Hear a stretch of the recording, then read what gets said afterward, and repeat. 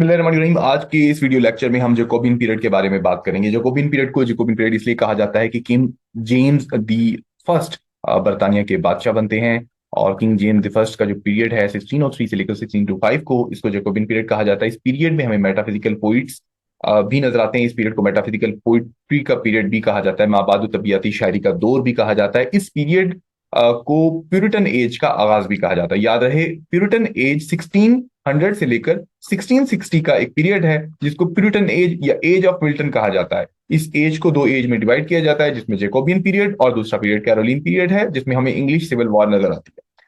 और इसके अलावा अगर हम बताना चाहें कि इस वीडियो लेक्चर में, जो कि हमारा वीडियो लेक्चर नंबर 7 है, अंग्रेजी अदब की मुख्तसर तारीख, इसमें हम Ben Jonson Jordan, metaphysical poets, comedy of humour और फ्रांसिस बेकन और अदर इंपॉर्टेंट प्ले राइट्स के बारे में बात करेंगे। प्यूरिटन एज किसको कहा जाता है? तो ये देख लें, प्यूरिटन एक रिलीजियस मूवमेंट थी। दे एम टू रिफॉर्म और purify the teachings of Anglican church and they wanted to get rid of teachings of Catholic church. और वो कैथोलिसिज्म या उनके टीचिंग से निजात चाहते थे। Purification, direct relation to the God और बाइबल की जो है वो वैल्यू, उसकी इंपॉर्टेंस को उसको मानते थे। सिंप्लिसिटी को प्रोवोक कर जो है ना वो फॉलो करते थे। तो ये एक प्यूरिटनिज्म हमें नजर आती है।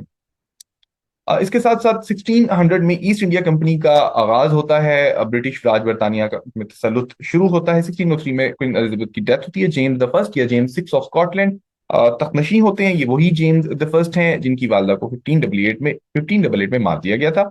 1604 में रॉबर्ट कॉर्बरी की first English alphabetical dictionary publish होती है। 1605 में गाय फॉक्स गन पाउडर प्लॉट उनका एक फेल हो जाता है। असैसिनेशन अटेम्प्ट होती है पार्लियामेंट के अंदर, लेकिन ये रिवील हो जाता है। ये आपके सामने पिक्चर भी आ रही है जिसमें उनको पकड़ा जा रहा है। याद रहे कि गन पाउडर प्लॉट के मुहर्रिकात में प्रॉपर रीजन ये था, it was actually seeking a revenge for the parliament और the government prosecution of Catholics को तंग करने के नतीजे में ये किया गया था।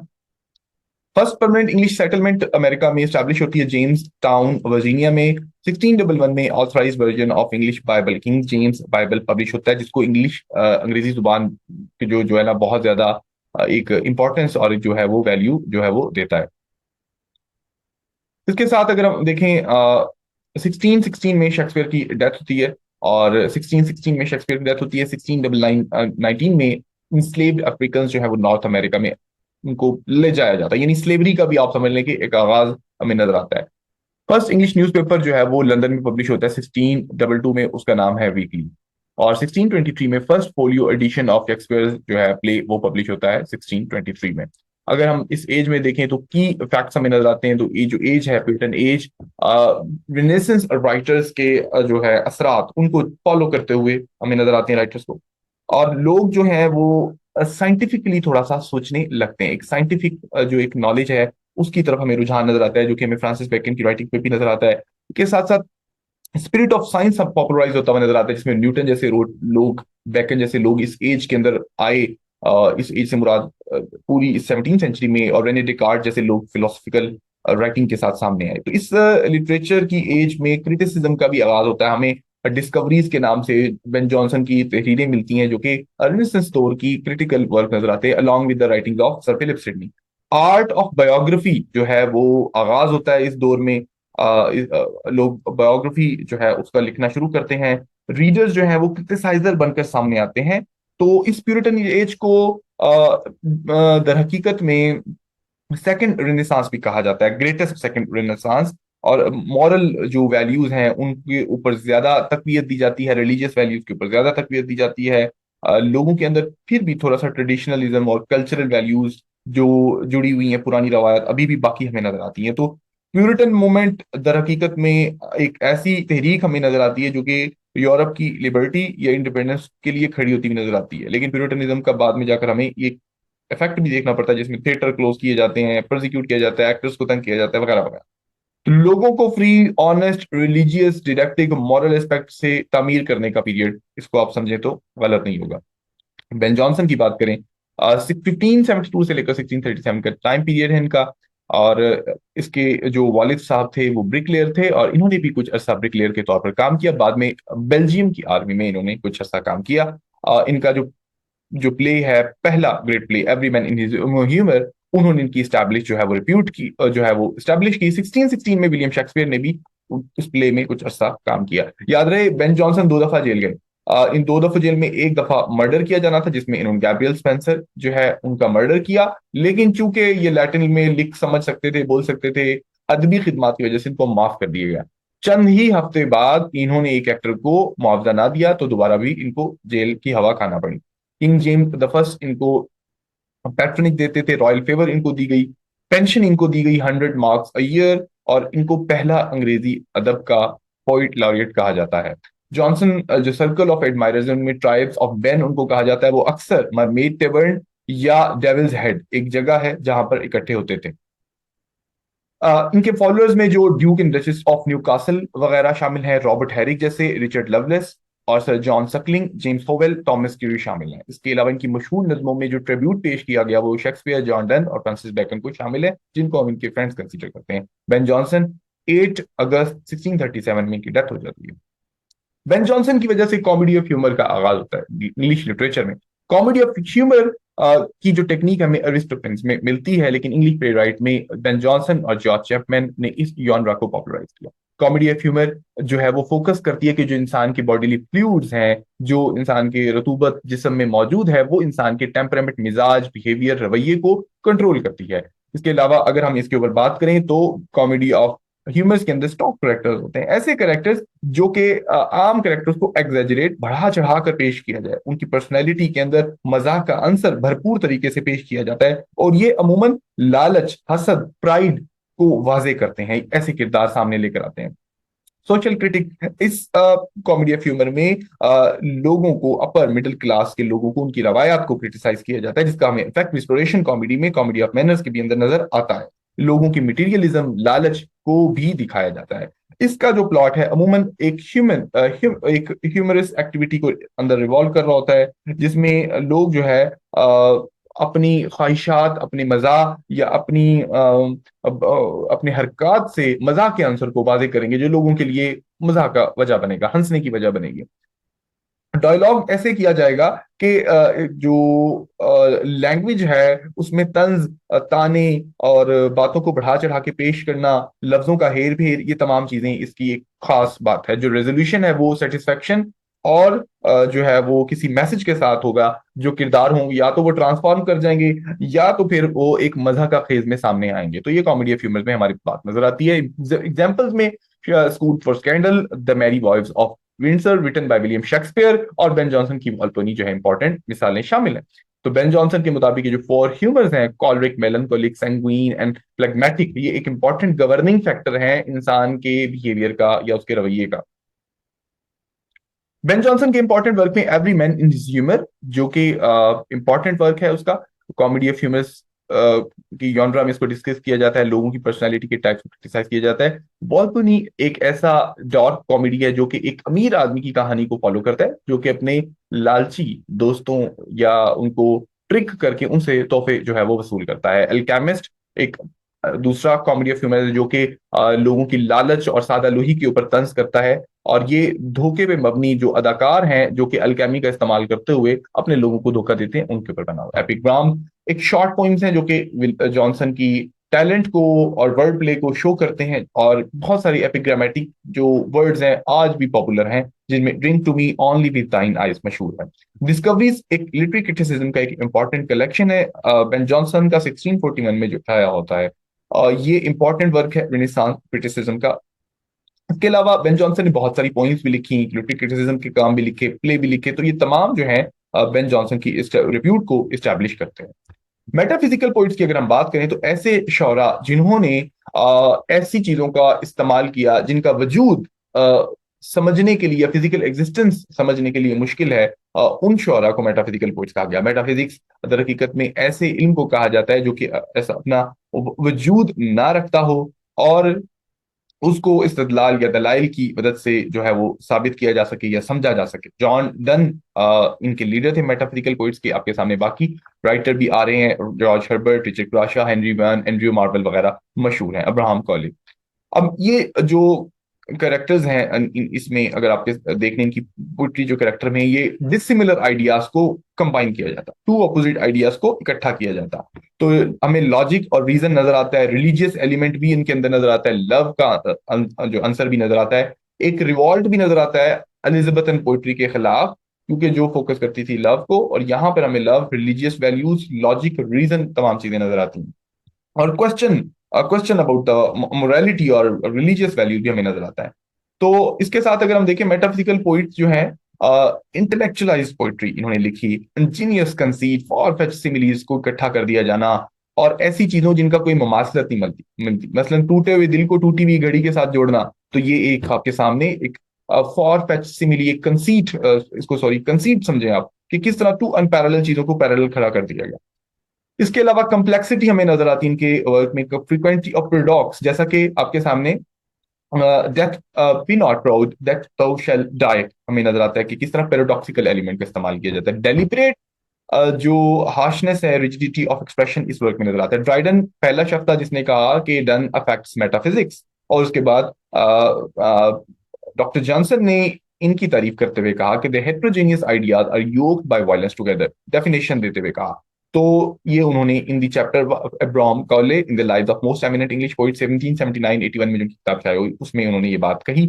मेजर मेटाफिजिकल पोइट में हमारे पास John Donne, George Herbert, Henry Vaughan, Marvell, Richard Crashaw वगैरह शामिल है। मेटाफिजिकल कंसीट एक एक्सटेंडेड मेटाफॉर है, जो कि टू डिसिमिलर और अनकन्वेंशनल कंसेप्ट्स को जोड़ता है आपस में। जैसे मैंने पहले मिसाल दी कि जैसे टूटे हुए दिल को एक टूटी हुई घड़ी के साथ जोड़ा जाए। अगर हम मेलडिक्शन फॉरवर्डिंग मॉर्निंग जो मशहूर पोइम है जॉन डन को, उसको डिस्कस करें, तो उसमें भी एक लाइन है, if they be two they are two, so as stiff twin compasses are two. जिस तरह से दो महबूबाओं को घड़ी की दो सुइयों के साथ जो है वो डिस्कस किया जा रहा है, तो ये एक हमें एक जो है वो कंसीट की एग्जांपल नजर आती है। तो ये एक खास बात हमें इन मेटाफिजिकल पोइट्स की नजर आती है। जॉन डन के बारे में अगर हम बात करें, 1572 से लेकर 1631 का लाइफ पीरियड है। एन मोर के साथ इन्होंने शादी की, और 1621 में उनको डीन ऑफ सेंट पॉल बना दिया गया। उनको कैथोलिक होने की वजह से तंग किया गया, लेकिन 1615 में वो किंग जेम्स द फर्स्ट के ऑर्डर पर एंग्लिकन चर्च में कन्वर्ट हो गए। 19 हॉली सोनेट्स लिखी, जिनको डिवाइन मेडिटेशन कहा जाता है। हेमिंगवे का जो नॉवल है for whom the bell tolls, वो इनकी एक नज्म जो है वो उनसे लिया गया है। इसी तरह the no man is an island, वो भी डिवाइन मेडिटेशन पोइम नंबर 17 से लिखा गया है, जिसमें वो इंसान की वैल्यू के ऊपर फोकस करते हुए कहते हैं कि हर शख्स की इनफरादी वैल्यू मौजूद है, और हम इकट्ठे, हमारी जो है वो एक इंपॉर्टेंस शो होती है। 1610 1611 में इन्होंने एंटी कैथोलिक्स पोलेमिक्स लिखे, एक क्रिटिकल वर्क, सीडो मार्टाई 1610, और इंगेशियस हिज कॉन्क्लेव 1611। बेन जॉनसन ने इनको क्रिटिसाइज करते हुए कहा कि he is criticised for not keeping accent, he deserves hanging, क्योंकि इनके जो रिदम है वो ऐसा लगता है जैसे एक कैजुअल स्पीच। डन ने पार्लियामेंट में सर्व किया 1601 में और 1614 में। आइजैक वॉल्टन ने जॉन डन की बायोग्राफी लिखी। जॉन डन की जब वाइफ की डेथ होती है 1617 में, तो बहुत ही दुखी अंदाज में उन्होंने एक हॉली सोनेट नंबर 17 जो है वो लिखी। An anatomy of the world में वो जो इन्होंने लिखी, एलिजाबेथ ड्यूरी, जो कि इनके पैट्रन सर रॉबर्ट ड्यूरी हैं, उनकी याद में इन्होंने ये किताब जो है वो लिखी। जॉन डन को मास्टर समझा जाता है मेटाफिजिकल कंसीट का। टीएस इलियट ने अपने वर्क विस्पर्स ऑफ इमोर्टैलिटी में या मेटाफिजिकल पोइट्स में भी इसका जिक्र किया है। इसके अलावा यूनिफिकेशन ऑफ सेंसिबिलिटी के हवाले से भी टीएस इलियट ने इनका जिक्र किया है। टॉमस प्यू, इन्होंने एलोजी लिखी जॉन डन के लिए। सर हॉबर्ट ग्रायरसन, जो कि स्कॉटिश क्रिटिक रहे हैं, उन्होंने तीन डिस्टिंक्टिव स्ट्रेन्स आइडेंटिफाई किए जॉन डन की पोइट्री, जिसमें जॉन डन का लव स्ट्रेन है, सिनिकल, प्लाटोनिक और कॉन्जुगल, हमें नजर आता है। 1926 में ग्रेसन ने एक डॉक्यूमेंट्री का वर्ड भी कॉइन किया। हर्बर्ट जॉन ग्रिफिथ ग्रेसन जो है स्कॉटिश लिटरेरी क्रिटिक थे। डन की इंपॉर्टेंट पोइम है canonisation, go catch a falling star, death be not proud, for whom the bell tolls और सन राइजिंग वगैरह शामिल है। 1631 में इनकी डेथ हुई, probably with stomach cancer cause, एक में नजर आती है। जॉन डन के वर्क में सीरो मार्टायर इकोनॉमिकल प्रोज वर्क है, जो कि डन का पहला अपीयरेंस है प्रिंट के अंदर, और इसमें वो रोमन कैथोलिक्स जो है को दलाइल देते हुए कहते हैं कि उन्होंने James the first of England, उनकी जो है हमायत हासिल कर लेनी चाहिए। इसके अलावा इग्नेटियस हिज कॉन्क्लेव में वो जिसुइट्स एक फिरका है ईसाइयत में, उसको क्रिटिसाइज करते हैं। सॉन्ग एंड सोनेट 1633 में जो पब्लिश हुआ, इंपॉर्टेंट वर्क को कंटेन करता है, जिसमें the flea, valediction, forbidding mourning शामिल है। डिवाइन पोइम्स जो रिलीजियस पोइट्री है इनकी मोस्ट पावरफुल और मूविंग वर्क, जिसमें holy sonnet, death be not proud वगैरह और hymn to God to the father शामिल है। सरमन्स जो ये डिलीवर करते थे क्योंकि रिलीजियस आदमी थे, तो ये वो भी इनके शामिल है। 1640 में पब्लिश हुए। थेनाटोस 1647 में पब्लिश हुआ। कंट्रोवर्शियल वर्क है डन की डेथ में, जो कि सुसाइड के डिफेंस के बारे में इन्होंने लिखा। एनिवर्सरीज टू पार्ट वर्क है। डेथ ऑफ डन्स डॉटर पे इन्होंने लिखा, अपनी बेटी की डेथ पे, और जो कि पर्सनल और इमोशनल लव को रिप्रेजेंट करता है। डिवोशन अपॉन इमर्जेंट ओकेजन्स एक ऐसा वर्क है जो कि डन ने अपनी बीमारी से बहाल होते हुए लिखा, और बहुत ही इंट्रोस्पेक्टिव और फिलोसफिकल वर्क है जो कि इनके थॉट्स को अया करता है। फ्रांसिस बेकन के बारे में अगर बात करें, फादर ऑफ इंग्लिश ऐसे भी कहा जाता है। 1561 में इनकी पैदाइश होती है। यंगेस्ट सन थे अपने पांच भाइयों में सर निकोलस के, जो कि हाई रैंकिंग ऑफिशियल थे क्वीन एलिजाबेथ फर्स्ट की दौर में। लॉर्ड कीपर का ओहदा मिला फ्रांसिस बेकन को, एक ऐसा ओहदा जो कि बरतानिया में बड़ी वैल्यूएबल थी। करप्शन के चार्जेस भी लगे। फ्रांस में मॉन्टेन को फादर ऑफ एसेस कहा जाता है। कलेक्शन ऑफ एसेस 1581 में जो उनके शाया हुए, याद रहे फ्रांसिस बेकन के जो भाई थे उनका क्लोज ताल्लुक या अफिनिटी भी रहा था। मॉन्टेन के जो एसे हैं वो पर्सनल नेचर या एक्सपीरियंसेस या ऑब्जर्वेशन को, मुशाहिदात को सामने लाने की वजह से मशहूर हैं। उनका कन्वर्सेशनल स्टाइल या इनफॉर्मल तरीके से गुफ्तगू करने का तरीका और अचानक से फॉर्मल से इनफॉर्मल में डिपार्चर होने का तरीका उनको जो है वो मशहूर बनाता है।